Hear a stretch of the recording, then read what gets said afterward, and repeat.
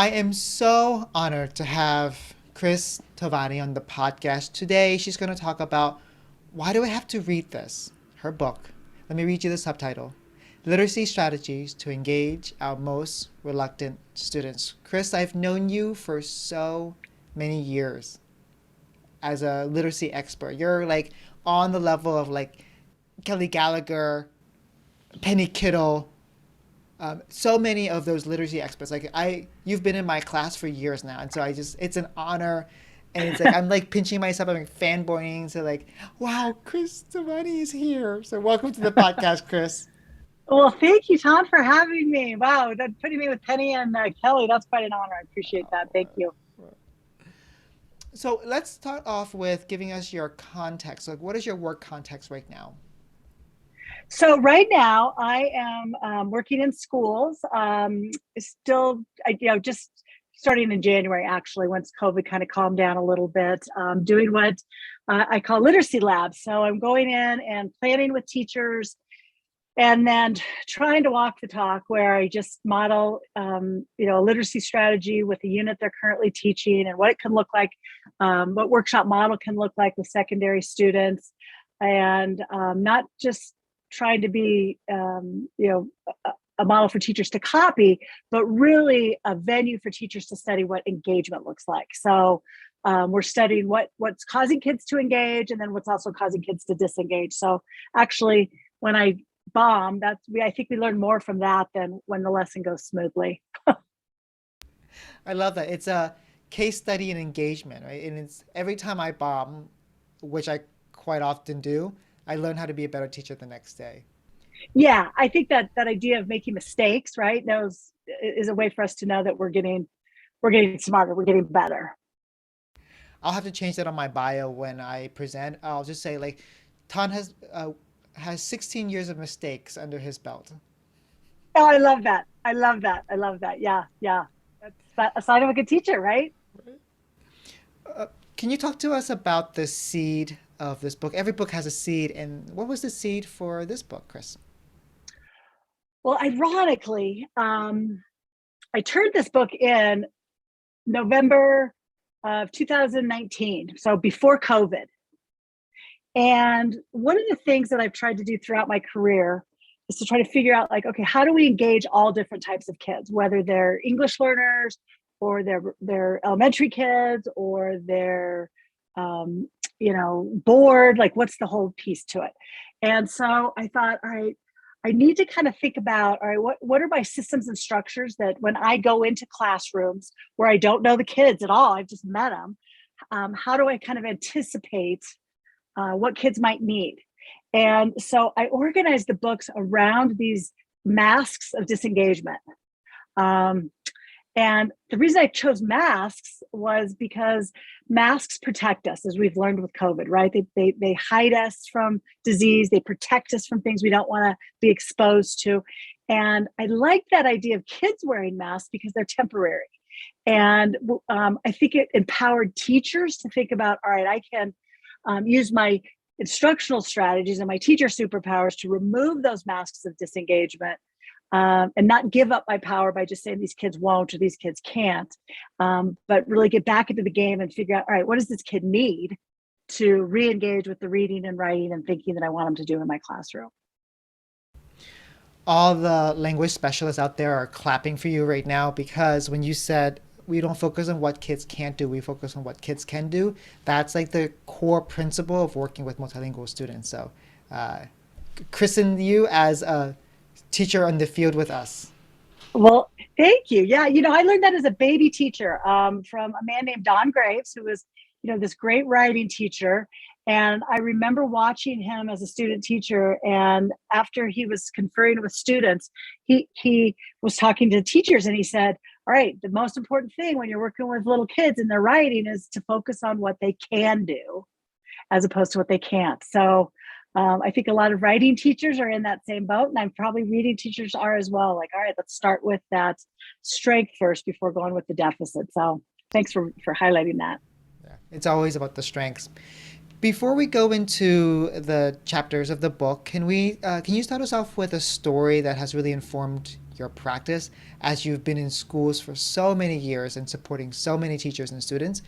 Tell us a story. Oh gosh, there's just so many. And I tried to organize the book that way. The very first book I read it, but I don't get it, is so anecdotal. And so much of it came from my struggle as a reader who could decode beautifully, but had no idea what she was reading. And so I thought, all right, as I'm getting towards the end of my career, maybe it's time to share some more of those stories. And maybe it's time to just humble yourself and let people learn from your mistakes. And so I think one that I tell in the very beginning of the book is an experience that I had with my instructional coach, who to this day continues to be my instructional coach. She's also my very good friend, Sam Bennett. She had brought in, do you know Sam? Yeah, I know Sam. She was mentioned on the podcast, and one thing she said that was amazing. She said the student that's speaking is the student that's learning, and the student that's learning is the student that's thinking. Yeah, so that in her book, it's the line that got me too, right? Who's ever doing the reading, the writing, the talking is the one doing the thinking. So she has just been, she's kept me in teaching this longer. I think I would have retired way sooner. But anyway, she had brought in some teachers from North Dakota to come watch me teach. And I had been traveling on the road. My second book was out, and I was thinking I was pretty hot stuff. And we were on a block schedule. So teachers were seeing only 2 classes for 90 minutes. And the first class were seniors. It went really well. I had planned. They were, we had this really engaging unit going on. And then the second class was this, it was called Strategic Literacy. It was a reading intervention class that was run like workshop model. And I was trying to run it as a straight workshop model where I was modeling something and we were working on inferring. And then I had them read a couple of short little pieces. And then their job was to go back to their novels. And it was a disaster. It was an absolute disaster. And so after the teachers watched, we debriefed and Sam spun it and kept me safe like she always does. But then after the visitors left, she said to me, "What happened between your first and second period? It's like I saw a civil rights violation in your second period." And it was like a knife in the heart, but it also made me so angry. I was like, how dare you come into my classroom and tell me what to do with my kids? And you don't know how hard these kids are. And you don't know that they don't want to. And I caught myself blaming the students, right? And so I tell that story at the very beginning because Sam sent me an email that I never responded to. And I have that in the book.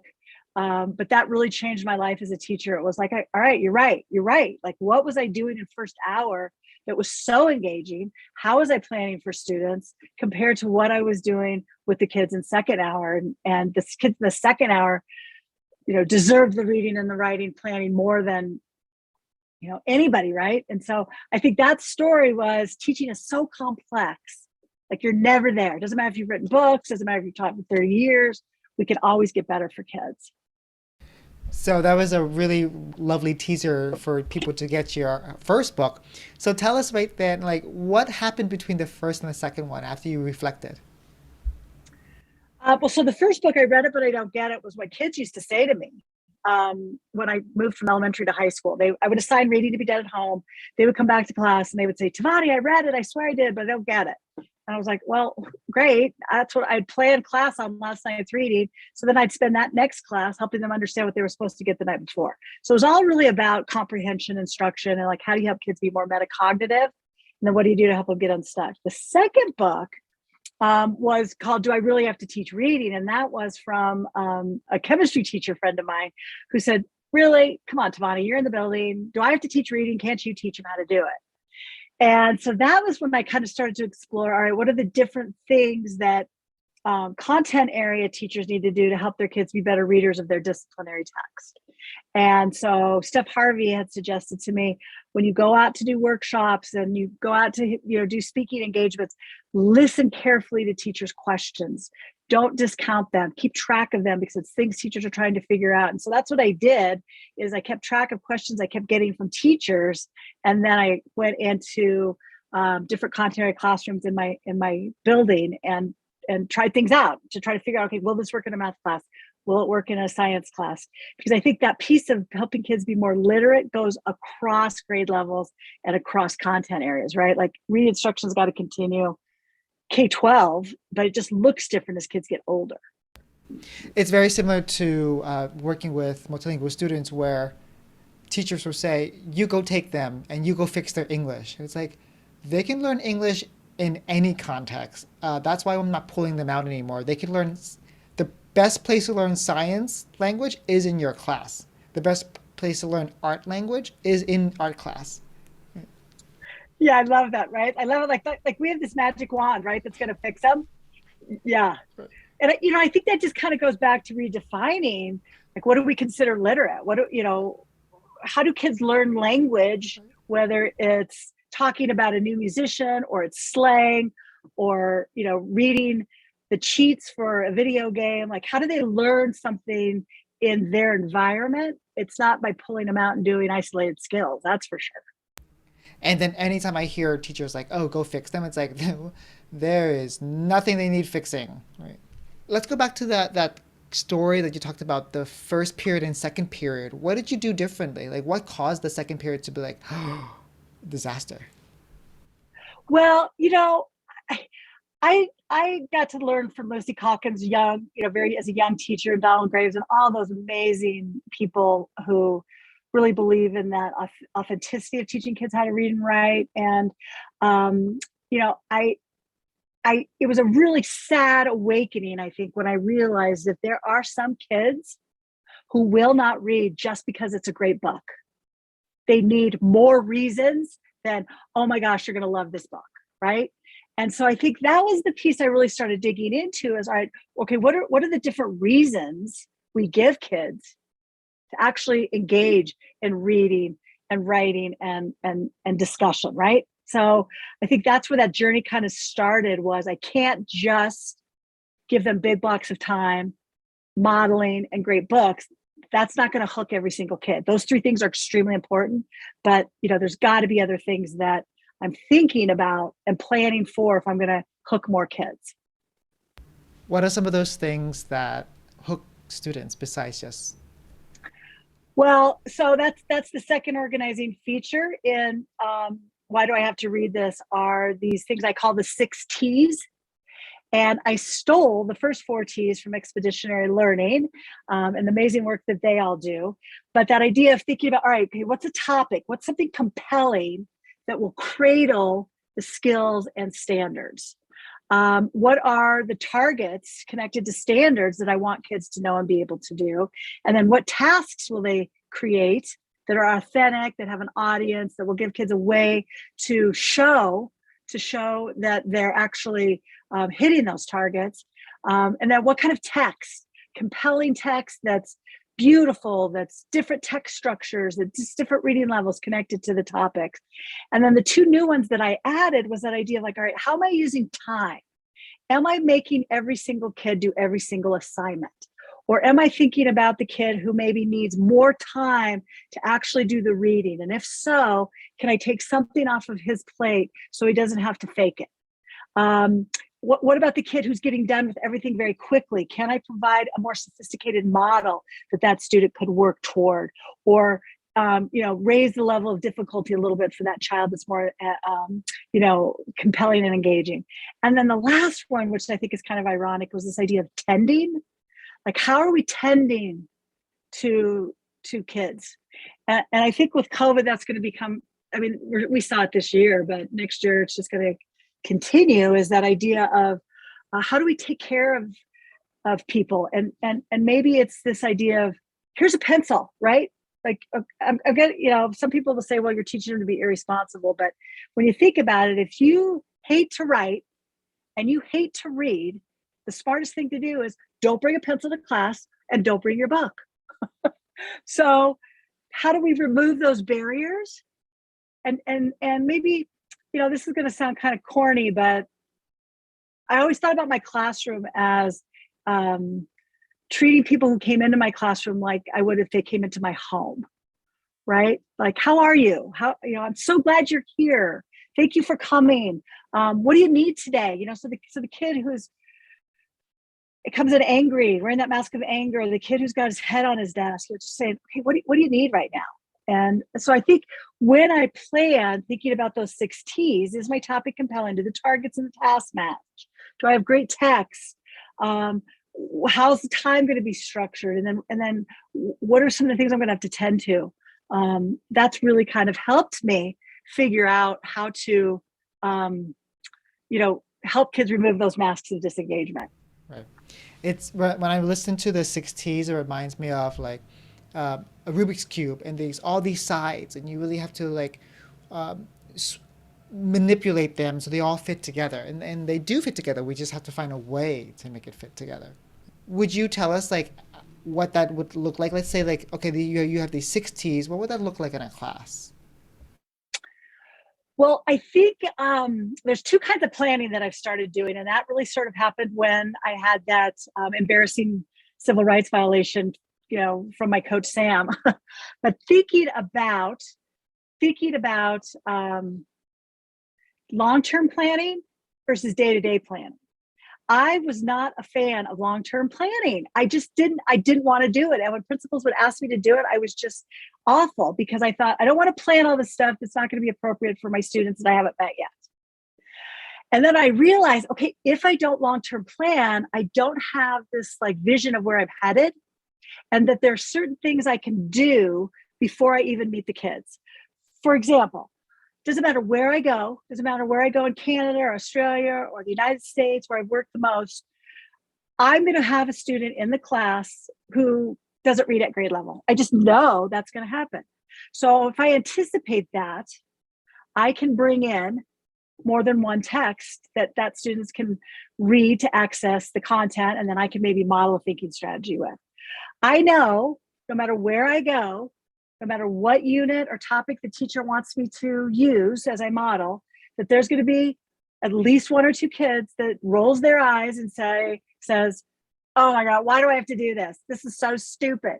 So if I can connect the greenhouse effect to a compelling topic like these horrible forest fires that we've been having in Colorado, or I can find something that standard or skill fits in to a topic that's current, I'll be able to pull kids in. So thinking about those 6 T's in a long-term planning venue allows me then on a day-to-day basis to make these tweaks. So I can think about a kid who is maybe off task for the day, and when I'm planning for the next day, I can think, okay, what did that student need? Was it maybe the wrong text? Maybe he didn't know the task I wanted him to do, or maybe he doesn't see how the case study fits with the topic. Maybe I need a new case study. So then on the day-to-day basis, it allows me to kind of have boots on the ground and make those quick changes if I've done some of that long-term planning. I love what you talked about in your perspective of long-term planning. Like your instruction change when you move from daily short-term planning because when short-term planning, it's like activities based, but long-term planning is assessment based, thinking based, right? It's skill based, and so when I plan now, when I do long-term plan, you're exactly right. It's like there's an arch of where I'm trying to get kids to go to. And if I know the destination, I can help my kids along the way. Without knowing the destination, I'm not able to help kids. Yeah, and I think two other pieces. You're exactly right, and I think if I'm not sure where I'm going, I get off track. Things, I'm driving in the car to work and I hear this really cool thing on NPR, like, oh, I'm going to have kids read about that today. And I veer off and I'm going in all different directions. The other thing that long-term planning helps me avoid is burnout. So, when I was just doing a straight workshop, I was constantly thinking about, okay, what are they going to read today? What are they going to write today? And I'm like running to the copy machine and I'm trying to get there before the person who breaks it and then leaves it. So every morning I'm trying to get there earlier, and then I'm stressed out, and it's just like workshop model, if you don't do some long-term planning, just fries teachers. And so I think thinking about, all right, where are you heading, what are the resources you could compile now without meeting the kids, gives you more time when you're you know just when school starts and you're just the race has begun. Yeah, I still remember when I used to just like plan on the daily, or like the day before, I was just so stressed. Like, what are the kids going to do tomorrow? And then but then when I switched to long term planning, there's like a sense of ease and peace to it. Like, okay, I know what I have to get kids to do by this Friday. So how do I get them to do it on Monday? Right? It's just kinder on. It's like self care as well for teachers. Yeah, yeah. And I think why do I have to read this? The metaphor I use is there's this really tall building in downtown Denver. We call it the cash register building. It's really a bank building, but it looks like an old time cash register. And I had a meeting up there as I was writing the book, and it was so cool because at the top of that building, you could see to the west the Rocky Mountains, you could see to the east the plains, you could see to the south where I live, to the right you could see Boulder, and you could see Red Rocks, and you had this really great panoramic view. You could see the direction of where you wanted to go. And then when that meeting was over and I went down to the street level of downtown Denver, it was a whole different view. I couldn't see what direction I was necessarily going because of the tall skyscrapers, but I could hear the sounds of the traffic and the people and the hustle and the bustle. And I thought, okay, that's kind of like in our classroom with long-term planning and day-to-day planning. If we know where we're headed, then we can do that day-to-day planning where all the action, where we love to be is, and be more efficient and not get thrown off when a kid says, I don't want to read this, it's too hard. We could say, oh, well, I have 3 more other choices over here that you might like better. It just kind of helps us engage kids for more minutes of the day, right? And the more minutes they're reading, writing, and talking, the better they're getting. Yeah, I love that metaphor of being in the top floor of that tower and then descending down to the street level, having a totally different view. It's like there's a forest and then there are leaves, and we don't want to be lost within the leaves. So let's talk about your book now. This is so great. We've talked about everything connected to your book, but not directly to your book-ish, except for the 6 T's. This is wonderful. So in your chapters, every chapter you have is like a mask of this, a mask of that. So let's talk about the mask of apathy. Like, guide us through connecting students who, I don't want to read this. I think for a lot of my career, so I've taught 32 years, and I think a lot of my career, at least one class were with kids who were disengaged with school. Usually it was 3 of my 5 sections. And, even in the classes that kids were planning on going on to university, I saw the same thing of this idea of like just jumping through hoops, right? Of just, okay, this is school, it's stupid, and I just have to do this. And that idea of like, it's just, you have to do it. And I thought, okay, why is that? The last grade before I went to high school, I taught first graders. And first graders are exuberant every day. You could say to them, all right, you guys, today I'm going to take a spelling test. And they'll like cheer, right? Like everything is wonderful and happy and great. And you just see how that like enthusiasm just drops. And I think as human beings, we like to learn. We need to learn. And that idea of, all right, there's so much work in this world that needs to be done. Can't we, especially as language arts teachers, think about how to just let kids start doing this real work by giving them options and tools and ways to get their voices out in the world? And, so it's authentic. So it's authentic tasks and audiences for them to do the work for. And I think the kids who are apathetic just don't see the power of being able to read and write and speak in different languages and communicate. And so in that chapter, the mask of apathy and anger, it's like, all right, the world needs you. And here's the really important work that we're going to be doing in here. That's such a powerful way to help that kid remove that work because their time is valuable. Their time is valuable. That's why let's go back to that last question about planning. So how do you plan long term, by the way, for uh, language arts? So it just kind of depends. I'm doing a lot of planning with teachers, especially over the summer. And so I show them those 6 T's. I'm like, all right, you could start wherever you want. So if you are a science teacher, and one of the things that you have to teach is the carbon cycle, maybe you want to start with topic and think about, all right, why does the carbon cycle matter? What bigger topic is that connected to? If you're an English teacher and you have to teach The Great Gatsby, let's look at the themes and see if there's a theme that we can connect to today. And so a couple that I've helped teachers plan and that I've taught, things like, the dark side of the American dream. How far will Americans go to get what they want? I think if I got to teach it now, I would look at Black Lives Matter and how does white privilege oppress other cultures and races?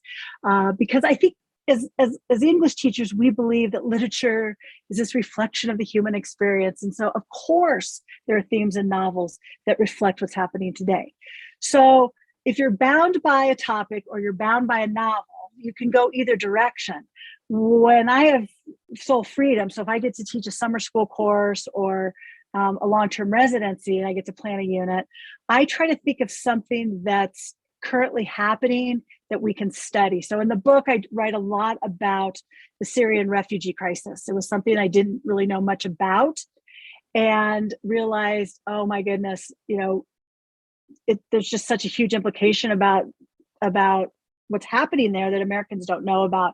So like today, of course, I would maybe dig into what's happening over in Ukraine. We could go something around this idea of gun violence. Working on a unit right now to do with some kids around the title of the unit is how do I know if this is racist? And I think that's this idea of like, all right, so maybe we're doing things we don't even know what's racist. And we've got some amazing books that we're going to use as book clubs. Frederick Joseph's book, My Black Friend, Ibram Kendi's sections of How to Be an Anti-Racist, Sonia Cherry Paul's book, Stamped, the other Wes Moore. So I've got one more, it's just flying out of my head right now, but this idea of like, all right, let's dig in, let's look at a perspective that's different from this white privileged viewpoint, and let's try to get smarter about what we're doing. So if I can go current, if I can go local, the more local, the better, right? So I think so many school boards don't want critical race theory taught. Well, hello, school boards need to hear from kids why they do need to hear this. And so I think there's local audiences that they could share their reading, writing, and thinking with. So I think that's kind of a long way. There's many different entry points. There's many different ways you could plan. You don't want a particular novel or topic to handcuff you. And you can go back to those 6Ts and think about, all right, what's your entry point?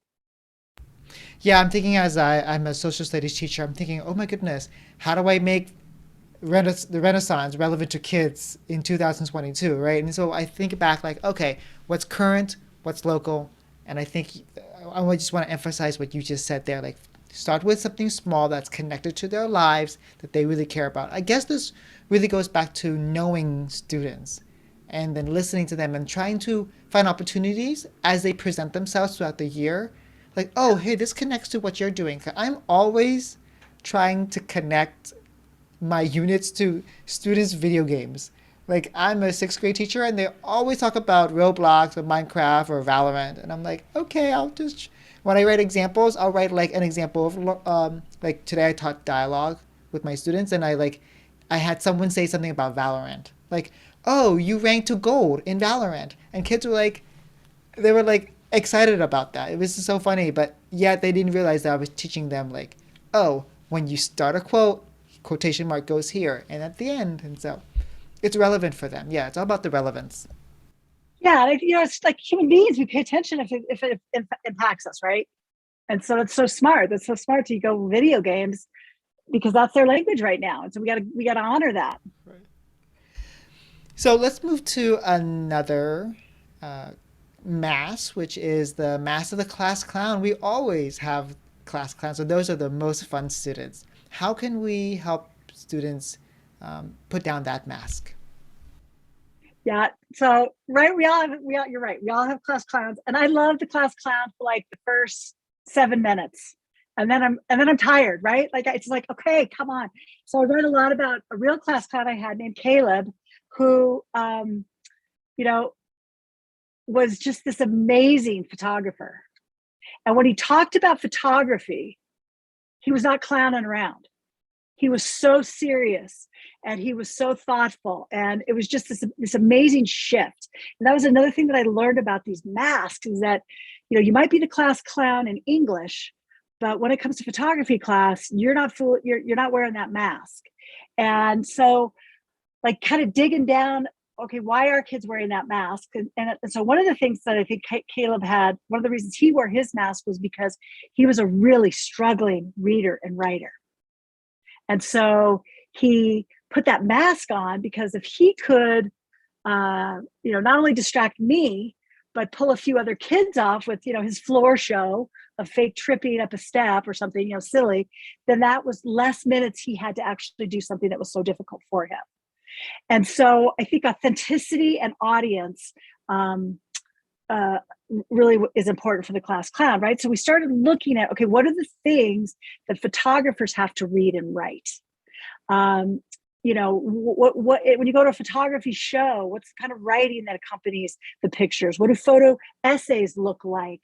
Let's study that. Let's look at the kind of reading you're going to have to do if you're trying to figure out how to do a new type of photography or shooting, or looking at different cameras. And so that was one way to pull him in. And then I think the other piece that pulled him in was this idea of like, all right, you're thinking that what you're going to figure out about the Syrian refugee crisis, you're going to share the last day of class with visitors who work with refugees. And so I had a little breakfast. People who worked with refugees in the community came in, and they had to share their position on, should the United States take in more refugees, or should they keep refugees out? And I think that idea of like, really, I really am going to have to do this, that got his attention as well. And so he saw how the writing and the reading was going to prepare him for that communication. So I think, authentic activity, not really even want to say activities, but I think authentic work, products, and audience to share that product with, whether it's real people, or you're sharing it with a 5th grade class, or you're creating a document board to put at the local coffee shop.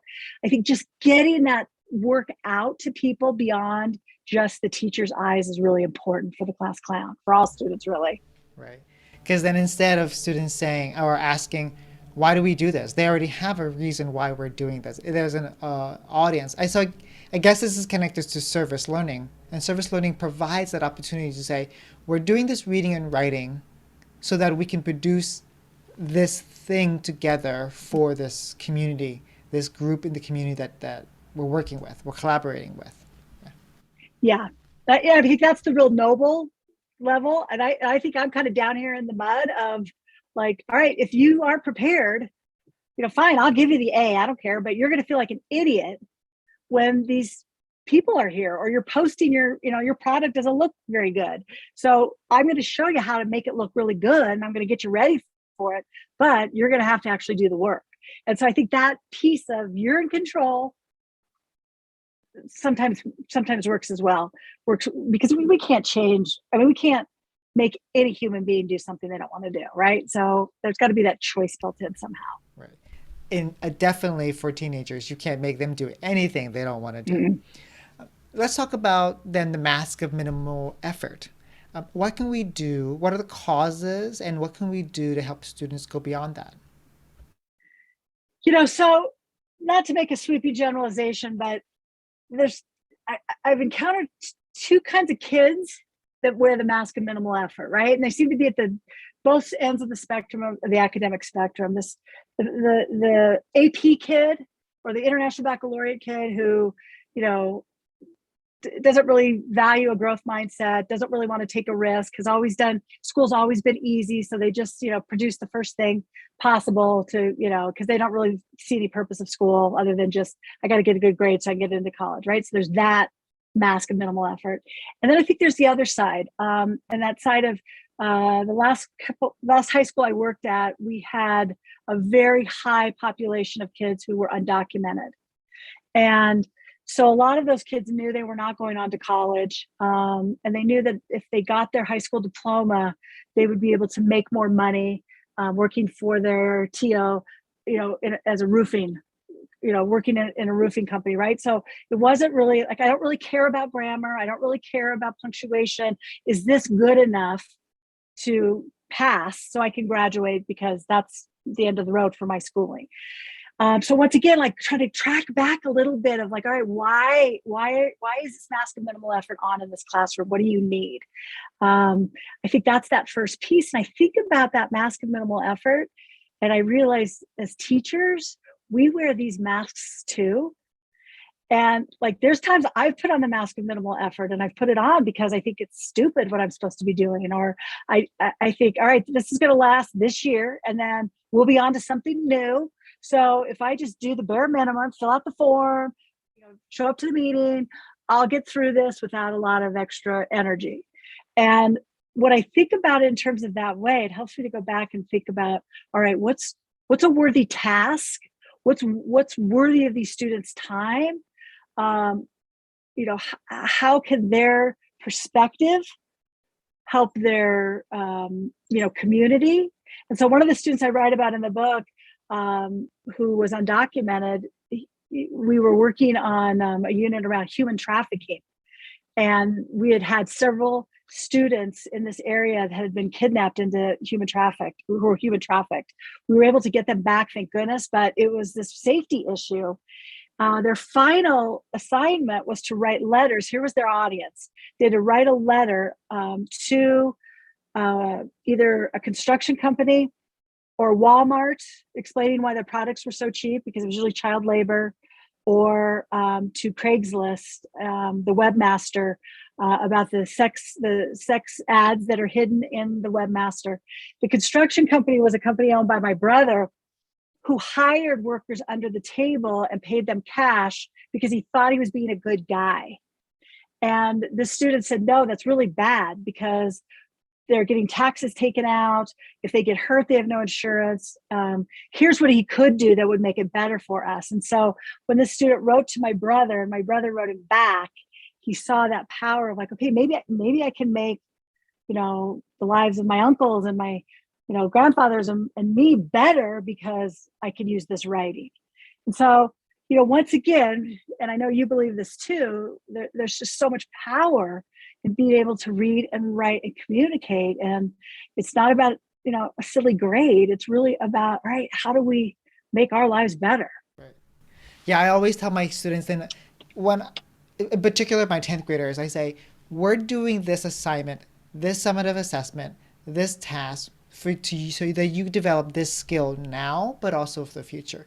To develop this kind of thinking now, but also for the future. So the kids are like, at least they like, okay, fine, I know that I have to do this for a grade, but at least I know that this skill of like, oh, how do you use language? Language can actually change. You can manipulate language to create a different feeling for your audience. Like, you're going to need that when you're at a board meeting. You're going to need that when you're writing to your customers. You're going to need that when you're connecting with your partners, right? So they perk up a little bit. They're like, oh, okay, I get it. Even though this is a task for school, this is the skill that I'm developing now. So something I try to do often with my students. Let's talk about. Yeah. Go ahead. Well, I'm just going to say one thing. I mean, I don't want listeners and viewers to think that there's not hoops you have to jump through. Like as teachers, we always have to do that, right? There's summative tests we have to give. And, I think doing what you're saying of like, all right, yeah, I know this is stupid, but this is a requirement, and in life there's requirements, but then also bringing in those real world applications of it, right? And sharing that with kids. Here's why, if you can do this, you're going to be more empowered when you leave these walls around our school. I think that balance is important. Let's move to the last mask, or the mask of invisibility. How can we help students show they're thinking beyond talking? Yeah, so that was one that, gosh, I learned a lot about that. And once again, I'm always worried that I'm going to say something that's a sweeping generalization. But when I would work in Texas a lot, and a lot of the times when I was working with Latinas, teachers would say, I can't get my girls to talk. They won't talk, especially if there's certain boys in the class, they won't talk.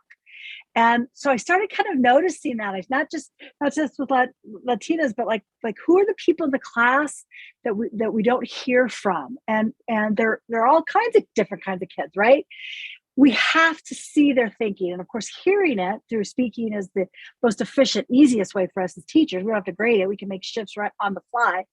But for the kids who don't talk, we have to give them another way to show their thinking. And so there's a big chunk in that chapter around these things I call think sheets. And it's just a way for kids to show their thinking. So if you don't want to talk, that's fine. I'll honor that. But sometimes if you have thinking committed in writing, you're more willing to talk. And I think this is really important for kids who are learning multi-languages, right? If you can write it down, you can refer to it, you feel more confident. But that idea of using a think sheet means that there's not one right answer. There's multiple ways you can show your thinking. And if it's your thinking, it can't be wrong. And if you can show me your thinking, then I can be a better teacher for you, because then I can see what you know and what you need, and then I can make adjustments. And so I think that's that piece of, honoring kids who don't necessarily want to share with the group, but also not giving up on them, giving them some tools that might help them to speak more, but then also giving them some tools to show their thinking is really important. I think it's very similar to the invisible thinking routines. Like it seems like your think sheets are very similar to the thinking routines from Project Zero. Would you tell us more about those think sheets? So a lot of times they're, and you will see traces of them from my very first book, right? They're not, and like the biggest insult that I can get from a reviewer is someone that says, "Oh, well, the activities in the back of the book are just like in your other book." First of all, they're not activities.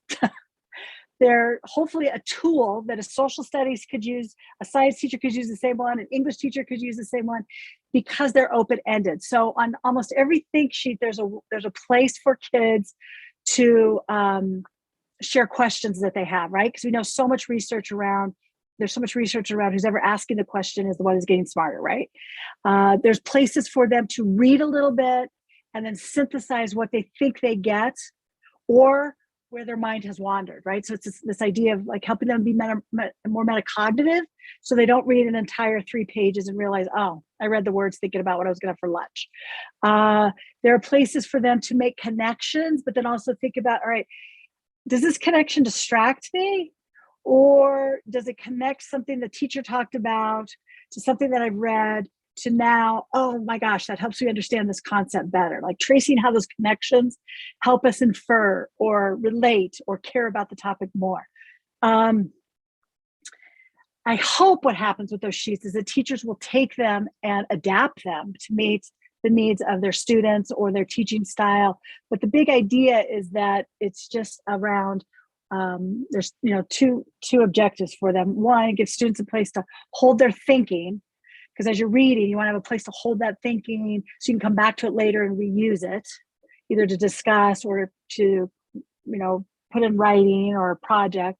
And then the other objective of those think sheets is for me to see, okay, what do you get? Or what do you need before we take that summative assessment, right? So I'm trying to help them before it's too late and we have to move on. So the think sheets serve those two purposes. In particular, for us, we get to see, it's like formative data, like collecting formative data, so that it guides us on our path towards that long-term goal end. Yeah. Those think sheets are formative assessments, plain and simple. Right. You ended the book with, "When you care, you fall more." Would you tell us about that? Well, I think it goes back to a conversation you and I had, and I think maybe it was before we started recording, but that idea of like mistakes, right? Like when we make a mistake, we're learning, we're getting better. It's when we stop making mistakes that we're not getting better. And so the story that I tell in there is about skiing. I grew up in a family who skied a lot, and I started skiing when I was about 4 or 5 years old, and I was the worst skier in the family. And the reason was I didn't really care if I was a good skier. I didn't take risks. I didn't like to fall because it hurt. And that idea of, if you're going to get better, you got to try new things and you got to fail. And then you got to brush yourself off and you got to try again. And I think, probably the best teacher I've ever had was my father. And he was not a teacher. He built fences for a living. And I remember, he taught me how to play tennis, and he would show me how to hit a forehand, and then I would try it. And then he'd say, okay, here's something that you did really well. Now let me show you what I want you to do next. And he would model for me how to bend my knees and get lower. And they'd say, all right, now try it again. And I think that's what makes teachers, the really great ones, great, is that they let kids wipe out and then they model and then they let them try again. But I think we also, as teachers, have to give ourselves that same grace. We have to be okay with wiping out and not beating ourselves up when a class doesn't go so great. But that idea of like, all right, what happened today? Like, whew. I mean, teaching is so incredibly complex. I don't know if there's a harder job than teaching. And, you know, we can't have it all figured out. It doesn't matter how long we've been in the business. And so I think we want to give our kids grace in failing and trying again, but we also give ourselves grace because that's going to help us get to be better. Well, Cris, thank you for giving us grace on this podcast of helping us with our practice. I think I wrote down the word affirming. Like this whole podcast was so this whole conversation was so affirming to the things that we're doing. In particular, the mass were so affirming because the students that you talked about, the mass that you talked about, are all the students that we experience. And you're sharing with us, hey, you're doing a great job. This is what you can continue to do. Try this as well. So thank you for all the work that you have done in the field and you continue to do, and you continue to help particularly students who are learning multiple languages and their teachers. Tom, thanks for having me today. And thanks to all the teachers who are working so hard. And you're the true heroes showing up every day for our kids. And I thank you for that. Well, thank you for showing up with us.